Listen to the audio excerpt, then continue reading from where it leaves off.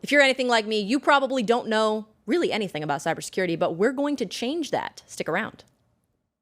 You're watching IT Pro TV.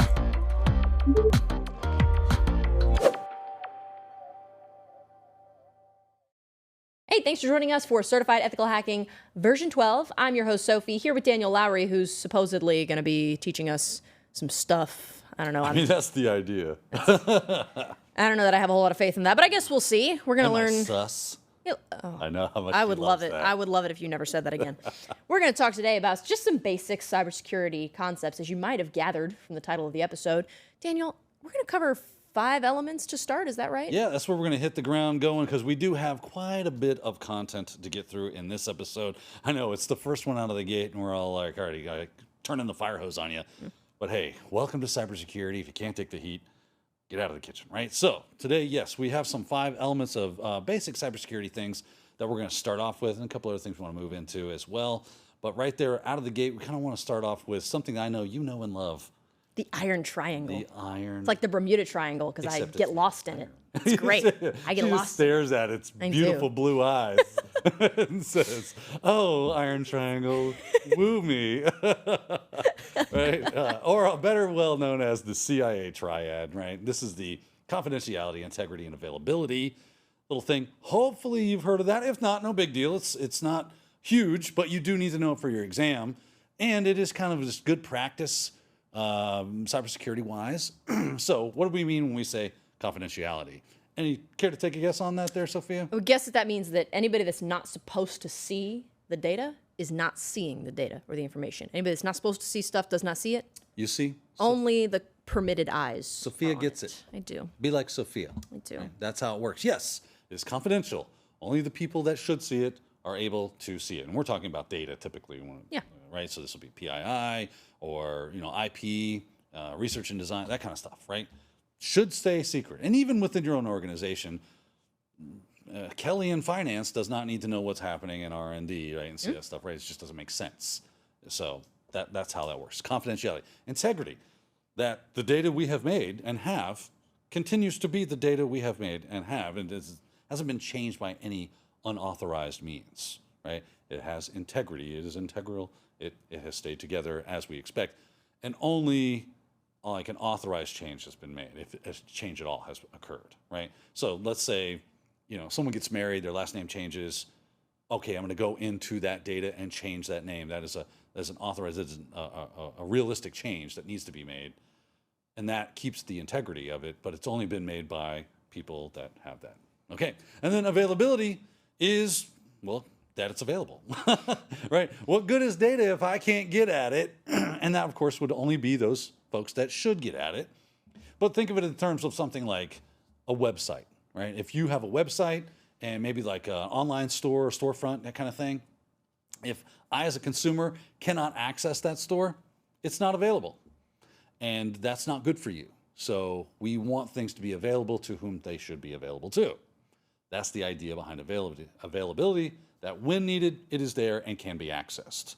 So very simple iron. That's why they love it. It's iron triangle. You kick out the leg or any one of those sides of that stool, and you got a real problem, right? Because obviously something bad has occurred, and we need to get to fixing it. And our job as cybersecurity professionals is to try to help maintain that stool so that it does not fall over, that all 3 of those legs maintain their firm grip on the ground, hoisting up our business or whatever, right? Wow. So there you go. CIA triad, very simple. He's got a way with words, folks. That was beautiful. I feel like you're mocking me. Yeah. So we have these 3 points of the triangle to just kind of move on from that. But there's 2 other elements that Daniel failed to cover because they're not part of the iron triangle, but they're still part of this and what we need to know. Yeah, because it's been expanded a little bit. You'll notice I kept using like authorization, but I think they use it as authenticity, right? So authenticity, and another term, non-repudiation, is kind of a part of integrity, right? If you think about it, because authenticity means it is the real deal, right? It is authentic. So I'm not receiving a copy of this that has been modified, because maybe the original data has maintained its integrity, but somebody made a copy of it, made changes, and sent it to you. Is this authentic data as well? And then non-repudiation is, well, I'm gonna question who it came from. If Sophia has sent me an email, can I verify that it was Sophia that sent me an email and that this email is the email that she sent? This is the idea behind non-repudiation, is there are mechanisms in place, such as digital signatures, that allow us to verify and keep it from, if she sent me something, she can say, it was me. That digital signature proves it was me. And if she says it wasn't her, I can say, well, the digital signature proves it was you. So there's repudiation or non-repudiation, however you like to look at it. It's just different perspectives.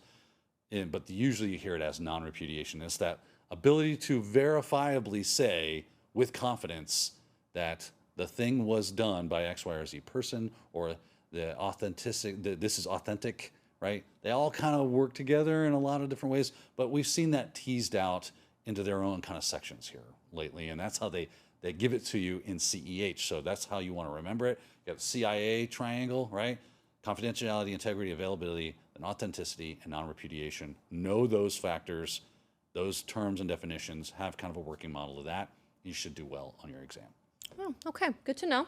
So we've talked a little bit about some basic just elements that we need to be aware of, like Daniel said. Another thing that I'm a little curious about that I hear talked about a lot here is red teams versus blue teams, because every time that we do like this little podcast thing with Daniel, and I introduce him as a red teamer, and for the longest time I was like, what is that? But from what I understand now, a red teamer and a blue teamer, they're both like ethical hackers, but a red teamer is more on like the side of like, I'm going to try to get into this system that I'm not supposed to be in, or break into this thing, but for the purposes of like showing you, hey, I got into the system and I shouldn't be able to be here. Whereas a blue teamer would be more like on the defensive side. Correct, right? Okay. So this terminology comes from the military. So they would develop these two teams, and then they would play war games, right? So the red team was the attackers, and the blue teams were the defenders. So you'd stand up a nation state, and you'd divvy your forces up into red and blue teams, and they would go to town. They would try to develop strategies. If we're on the red team, how do we infiltrate into our enemy stronghold and relieve them of whatever precious cargo that they have? And the defenders on the blue team would sit around trying to figure out ways to defend that castle and keep the red team from infiltrating into it, right? And they just pulled that on over into, because I think DOD was, and NSA were some of the first people to, these are government organizations, to start doing digital war games, computer systems, testing that way and acting in that way. So that terminology just kind of really easily kind of floated over into that world. And now we just use those terms colloquially, as red teams are attackers and blue teams are defenders. There is a technical term for red teaming, and there is a technical term for blue teaming. And there are digital war games that actually get played by companies and organizations and governments and so on and so forth. But generally we use these terms like what you say, is that if you're wearing a red shirt today, well, I'm wearing a blue shirt today. No way, we didn't even plan that. We did not plan this at all. You would be the red teamer, you're the attacker, right? And in general terms, that means you're going to be a pen tester. You're going to be a vulnerability assessor. You might be an ethical hacker, right? These are all similar yet different enough nuances that they have their own terms, right? You might be on that. If you are a red teamer, specifically, like you are actually on a red team, that means that you act as like advanced persistent threats, APTs. You do threat emulation. You are targeting that system. Your scope is much broader, your time frame much longer. Your job is to kind of get into the system and stick around as long as you can without being detected, right? So that's a red team. That's what they do, right? A blue team is obviously, in that teaming world, is to find the red teamers. So we're going to be threat hunters. We're going to be, SOC analysts. We're going to be security analysts. We're going to be the people that are looking at SIEM logs and generating firewall rules and doing all that stuff that is meant to build those fences and set up alert systems to let us know that that's what's going on. So this is the real difference between true red and blue teams, that we are playing a game and seeing who wins. Ultimately, the blue team should win. We continue to cycle through this until the red team is completely unsuccessful. That's the point of the game. So that way we know we found the vast majority, if not all, hopefully, of our, and then we do it again, right? Because things will change. Every time you make a change in your network, all of a sudden we're back at square one. We gotta get the red team back to business, right?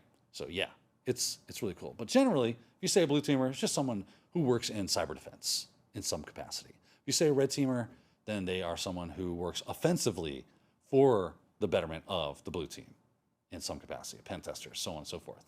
Very short engagements, right? Or they're just doing compliance checks.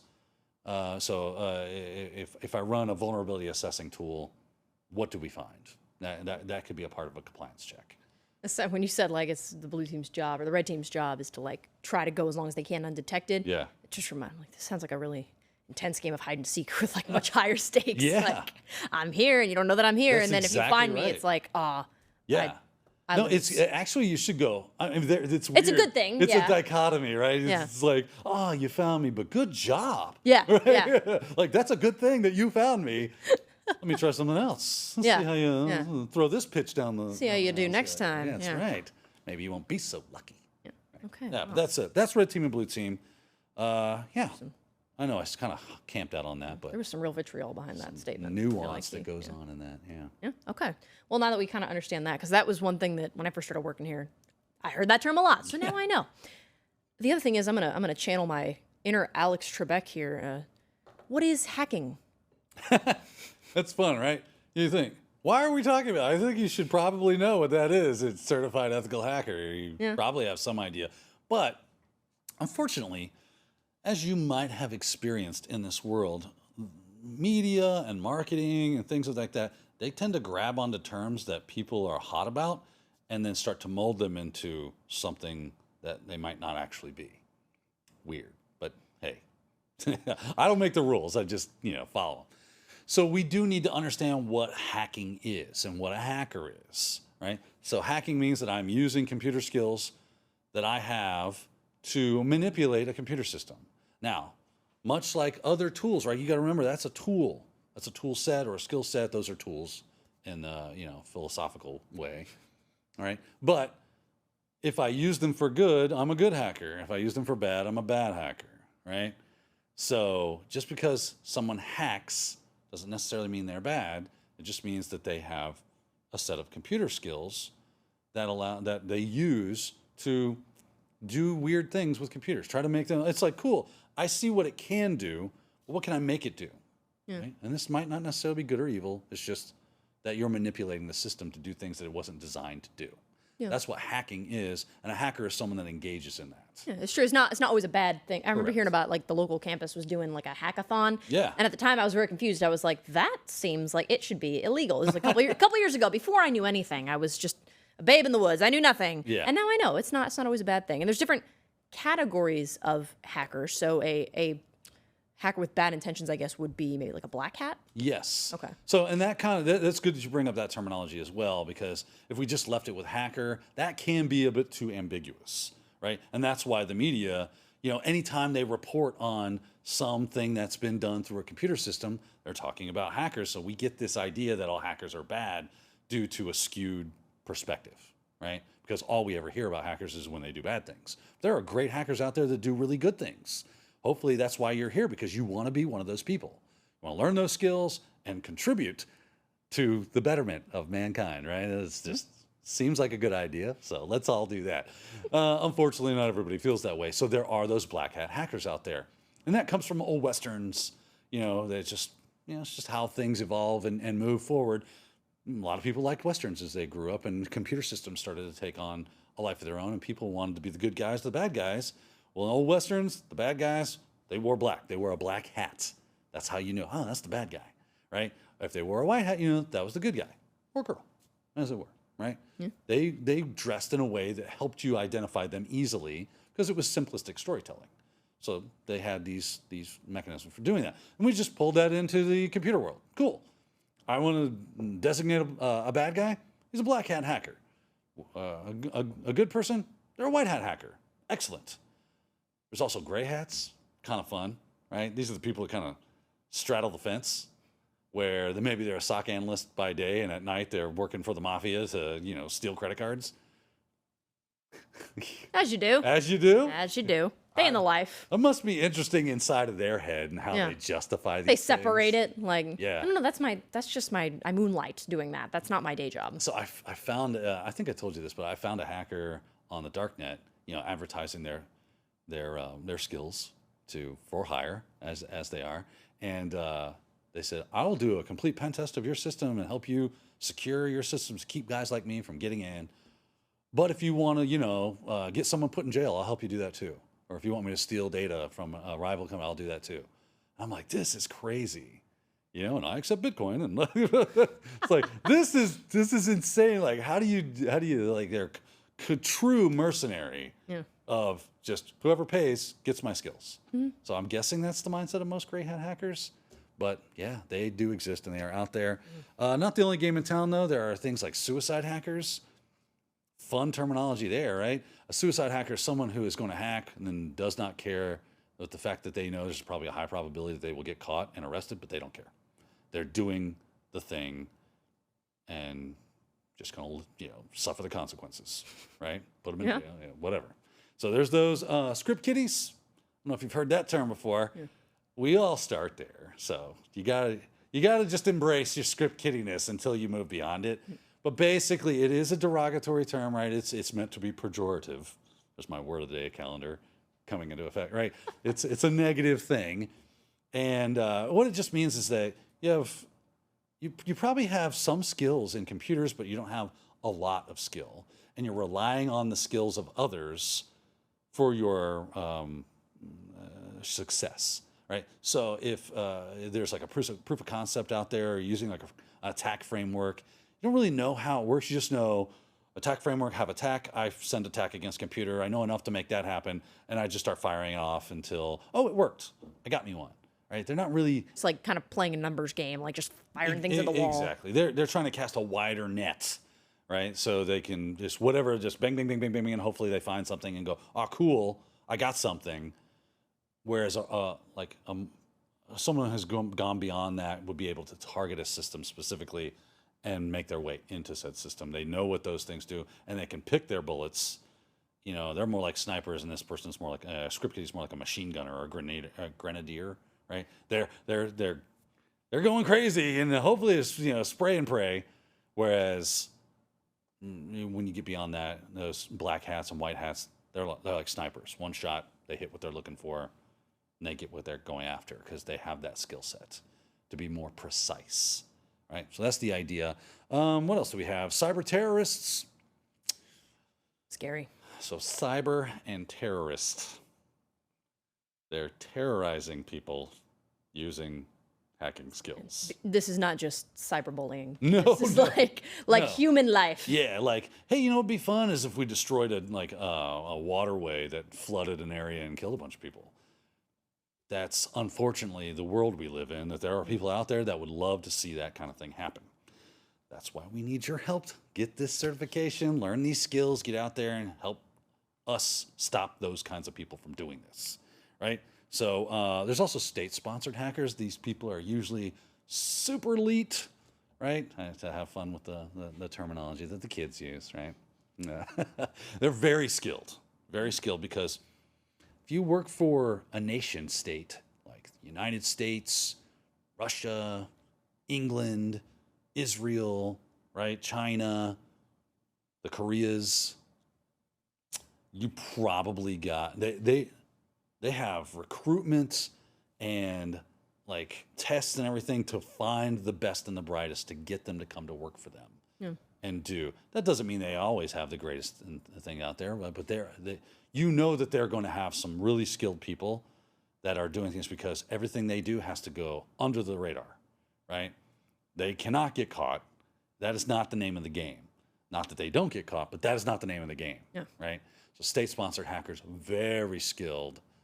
Very skilled. I mean, they got crazy skills, but they're out there and they are just being employed by a government agency, a nation state, right? That's the idea. Last but not least on my list is hacktivists, which is someone who hacks for a cause. And you would think, oh, no, a lot of these people wouldn't like a cyber terrorist be a hacktivist. And you know how it's like, you ever take those SAT questions and say, all bleeps are bloops and all blorps are bleeps. Yeah. Are all bleeps blorps? The analogy type questions. Yeah. It's the same kind of thing here, whereas cyber terrorists are probably also some sort of hacktivist, but not all hacktivists are cyber terrorists. Right. Right? Get the idea? So you might be able to cross contaminate those together. But sure. a cyber hacktivist, should I say? This someone when I say a cause, it's usually like a social justice kind of thing. They have an injustice that has been perceived. They're going to use their hacking skills to right that wrong. Fairly straightforward idea. And you're right. There probably is a lot of overlap, I would imagine. Like you might be hacking for a cause or whatever, and causing human harm, I guess, in the process, which would also put you in the category of a cyber terrorist. Exactly. But you might not be doing that. If you're a cyber terrorist, that would make you a black hat, right? Because you're a bad guy. You are. But not all black hats are cyber terrorists. So a lot of overlap, it seems like there. Yeah. So glad we got to go over those in excruciating detail, and I'm going to have to study those later. I'm going to have to study. I'm trying to take the exam, so I'm going to have to study those later. But anyway, so we talked a little bit about some of the different categories of hackers, but the reason we're here, this is certified ethical hacker, right? So what is an ethical hacker? So an ethical hacker is someone who takes those skills, those hacking skills, and they apply it ethically to help us defend. Sure. Right? That's the easiest way to think about it. Don't get too deep in the weeds on this. Just I am a hacker that wears a white hat. I am a white hat hacker, an ethical hacker. The job role specifically is pretty broad. Is you're using those skills in a lot of different ways. You might even be before a system is put into place, right? Where you're testing like code and things of that nature before that system ever goes live, all the way up to doing penetration testing type activities where the system is live and now we're testing it then, that kind of stuff. So ethical hacker is a bit more of a broad brush. Pen tester only does one specific set of ethical hacking, so they're kind of a subset of an ethical hacking rubric. But that's an ethical hacker. That's ethical hacking. They have a very much wider scope. So that's what this course is all about. We're going to talk about kind of the skill sets and stuff that they need. Yeah. That's why we brought up the CIA triad. Right, yeah. Right. Talking about like maybe different tools you might need to use. So because, you're still hacking, this seems like it might be a little bit of a dangerous thing to be teaching people. Yeah, it can be, right? If I teach you how to do these things, there's a probability that you could take them and use them for your own, personal gain. And to be that mercenary out there on the dark web that just sells their skills to the highest bidder. It's possible, but it's kind of a necessary evil. We need this. We need people that will do this job so that we can better defend against those that would attempt to do something nefarious. So hopefully that makes sense. Like we are using these skills to be helpful, not harmful. And there's like limits in place too, like whether I guess they're self-imposed or maybe your employer, if you're doing some kind of a penetration test, tells you like, okay, do this, but don't do this, right? Like you have limitations. Yeah, there's scoping that's involved, statements of work, all these other like not fun ministerial kind of activities. Yeah, that you have to do, like filling out paperwork and figuring out, hey, these systems are out of scope. You cannot touch them. You remember, we're kind of like doctors, right? We do no harm. Yeah. We don't want to. That's not the business we are in. So just because you know how to pop a shell a specific way doesn't mean you should, right? So we follow a set of guidelines that would be, if this could harm the system, we don't do it. If we think it's a good idea, we approach our clients and say, we think this would be a good idea. Well, we want your approval to do this first, and you'd have to kind of talk them into that. If they say yes, then you can do it. If not, oh well, we'll put it in there as, we think this would be a good idea, and you should really look into that, and then it's up to them because it's their system, it's not yours. Okay. So if you're planning on getting into this field, if you want to go take the exam or if you want to go and do this as a job, what are some of the technical skills that we might need to have? All right, so technical skills, tons of them. Honestly, I got a whole list of them here. We got technical skills, and we also have like non-technical skills. So don't let me forget that before we I won't. I know we're running out of time, so let's kind of jump through these things really quickly. I've got administrative level skills with operating systems. You got to know networking really well at an administrative level. So these are just foundational skills. So if you're here watching me today, you should know networking pretty well at this point. You should be pretty familiar with Windows and Linux and Mac OS, and even on the mobile devices nowadays, you got to have a pretty good wherewithal with iOS and Android as well. And don't forget cloud, right? Cloud is now kind of a very common thing. So you got to have some understanding and experience with cloud technologies. So those are definitely some technical skills you need. Other technical skills, basic security concept and practices, what we're talking about today. Some of this stuff should probably be old hat for you. We're going over it again just to make sure we're all having the same conversation, but it shouldn't be crazy out of scope for you. Let's see here. IoT, definitely becoming a bigger thing nowadays. You got to have some wherewithal with that. A little bit of programming never hurt anybody, that's for sure. maybe even some ICS, SCADA, OT kind of ideas. All good technical skills. And beyond the technical skills, it's of course important to have some of those more soft skills. Daniel's demonstrating those because Daniel's using his communication skills and to teach me what all this stuff means. If he was just like head in his computer, he had all the technical skills but could not communicate it, Right. we would not be here today. We would not. So big time, excellent pointing out that the soft skills, these are those non-technical skills I was kind of alluding to earlier, so thank you for bringing those up. You need to be tenacious, never give up attitude, be comfortable being uncomfortable.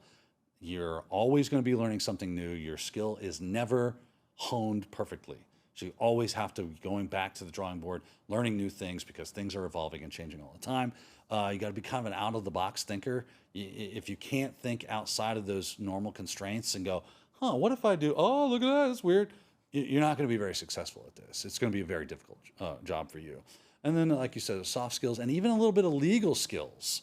And when I say that, just legal knowledge, the fact that hacking can be illegal, right? And if you don't have the proper legal framework in which you work in as an ethical hacker, you can find yourself in hot water. And it has happened in the past. All right T's and lowercase J's were dotted, right? So you got to, and then all of a sudden they're in front of a judge figuring out, was this legit or was it not? So those are all those non-technical skills that you definitely want to be aware of. A lot of ground we got to cover today. We got to talk a little bit about some of the elements we need to be familiar with information security or cybersecurity. We got to talk about some of the categories of hackers, difference between red teams and blue teams, and of course talked about the limitations of ethical hackers, scope, times, things like that, and the skill sets you're going to need to have if this is something that you want to get into, whether it's just to study for the exam, whether you want to get into this as a job, whatever the case may be familiar with those skill sets, make sure you have them.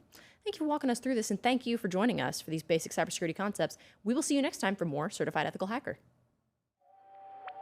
Thank you for watching IT Pro TV.